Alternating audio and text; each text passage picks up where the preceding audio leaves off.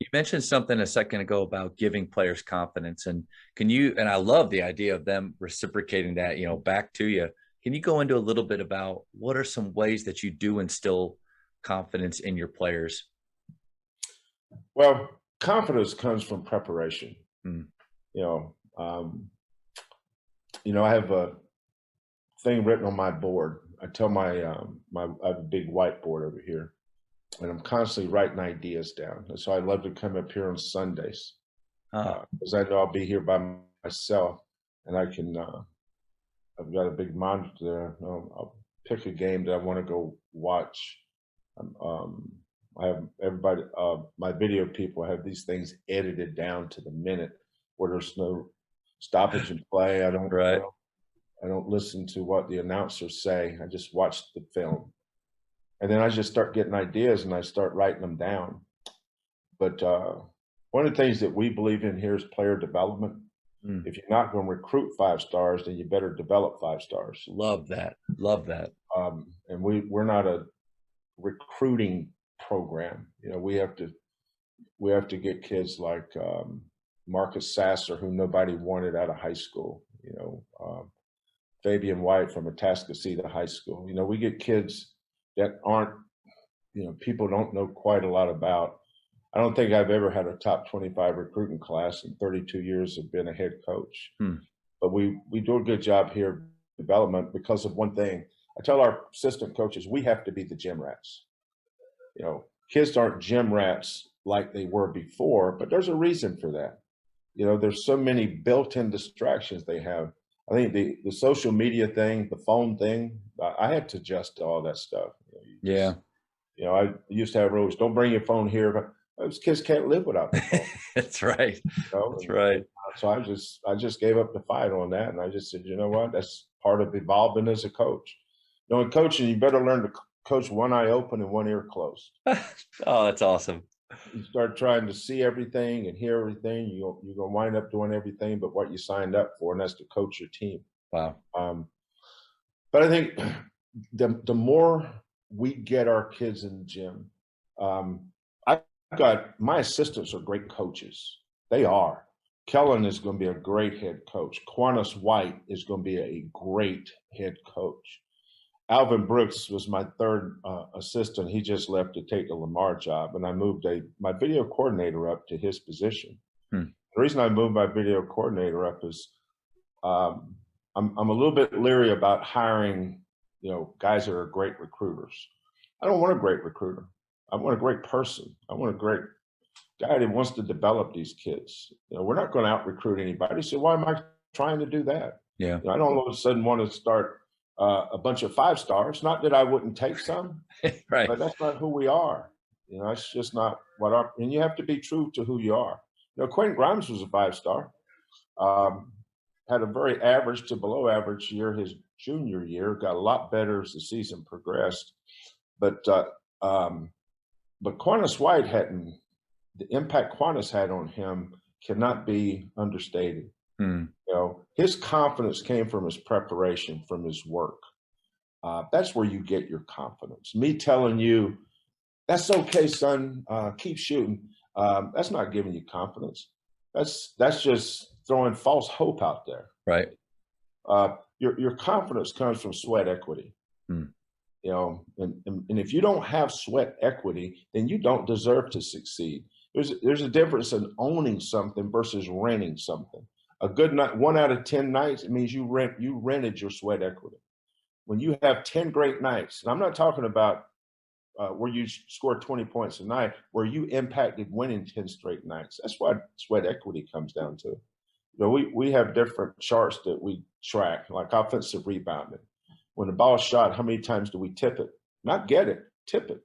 Getting it, everybody sees who gets it, but not everybody sees who tips it. When we beat Rutgers, we were not very good that night, deserved to lose. We could have easily lost to Rutgers.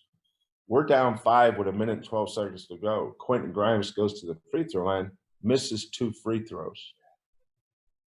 When the ball hit the rim, boom, we have this thing we call Australia, where one guy tries to get across to the other, inside the other block. The other guy loops around, boom, we tip it out. Jerome gets it, pitches it to Grimes. Grimes takes a dribble, raises up, boom, knocks a three down. People's going to remember the shot. I remember the tip. That's right. That's because those are the things, the little things we work on. And people say, you know, the big things. But when you're a development program, you've got to be more into little things than anything else. You know, those little things for us, loose balls are little things. For us, they're big things. Big things. You know, tipping that ball out, that's a big deal. It won the game for us. Not the shot. Next thing you know, instead of down 5 and it's their ball with 1:12 and they'll start having to play the foul game, 2-point game. Let's go get a stop. Don't foul. You know, just change. And the next thing you know, we went from down 9, 4.5 minutes to go, we're down 9, down 5, 1:12, found a way to win. And we won the game on an offensive rebound and a putback. So those are the culture things our kids believe in. They almost after every big win, whether it was Syracuse or Rutgers, Oregon State, Cincinnati, Memphis, Texas Tech, didn't matter who we beat during the year. There's nothing that makes a coach feel better, Matt, than listen to our guys talk about the importance of our culture. That they talk about the culture. Giroux said, that's a culture win today. That's when you know that, you know, that's what coaching is about, is getting kids to believe. But when your assistant coaches are the gym rats, yeah, and those are the people that don't get enough credit. I have such a great staff. No, we prop each other up. They prop me up. You know, they make this program better, and that's why I'm really careful about who I hire as assistant coaches. You know, I want people that are invested. How many former players do you have with you right now? I heard quite a few.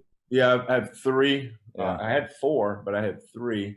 Now, KC that I just moved up, I was coaching the Canadian senior national team. My video guy was, Jay Triano was the head coach. I was the associate head coach. But our video guy was KC, it's K period, C period. Beard, young kid, about 24, 25 years old. From he was an intern with Portland, and then just taking the video job with the Utah Jazz. And when I got the job, I called him. I said, "KC, come with me to Houston." And that was 8 years ago. Wow. I've known him for 10 years. He's awesome. Yeah. He's going to be great. That's why instead of interviewing guys I don't know, yeah, everybody here has been together for 7 years. You know, we don't have new guys. There was a guy I worked with the Milwaukee Bucks, Anthony Goldwire, who played here at Houston, got drafted, played in the NBA for 9 or 10 years. Now, I did just hire him to replace McHale. McHale went to Lamar. But I worked with Anthony for 2 years with Milwaukee. I know his character. I know his work ethic. I know how passionate he is to help kids get better. Yeah, and they're going to be stewards of your culture. They're going to help teach it and infuse it even more. Yeah, and that's why, you know, the coach does the interviews. So people tend to want to give, when things are good, give him the credit. But I'm telling you, Matt, this thing don't work here without our staff. I've got an awesome strength coach. I got an awesome trainer. You know, our family, my daughter is the director of our operations. Yeah, that's really cool. She makes us relevant 12 months a year. She's a self-taught graphic design artist. She does all our graphics, and you know, we're just about every base we touch, we have somebody that's first team all conference in their role on this staff, and I'm proud of them for that. Wow.